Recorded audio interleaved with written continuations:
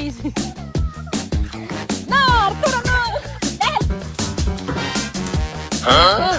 Hey, look at me. What did you do?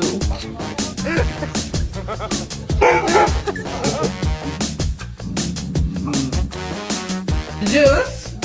We have to go take a bath.